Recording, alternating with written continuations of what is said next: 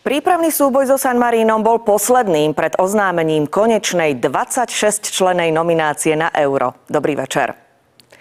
Každý jeden futbalista chcel trénera Francesca Calzonu presvedčiť, že by z kádra pre šampionát nemal vynechať práve jeho.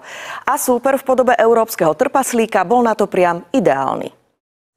O deň skôr ako naši futbalisti si v príprave zahrali Portugalčania. Jeden z najväčších favoritov na titul európskeho šampióna si do Lisabonu pozval Fínov. Odchovanec Podbrezovej Peter Kováčik mierí do série A. Po talentovanom obrancovi s čuchom na góly siahol nováčik najvyššej talianskej súťaže z mestečka Como.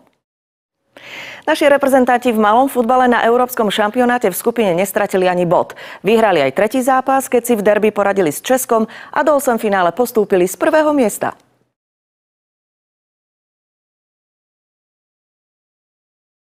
V hokejovej šatni Zvolena tiekla krv a viacerí členovia Ačka boli pritom. Najcennejšia tekutina rytierov neskončila na dláške, ale putovala tam, kde ju potrebujú najviac.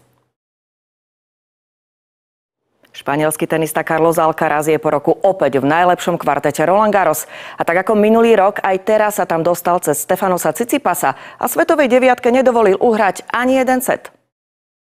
Po výdatných dažďoch treba stavať protipovodňové bariéry, ale na menšiu prehánku stačí aj plachta. Vďaka nej mohli dohrať bejzbalový zápas v Chicagu. To najlepšie zo športu vám na Jojke prinesieme aj zajtra. Majte sa krásne.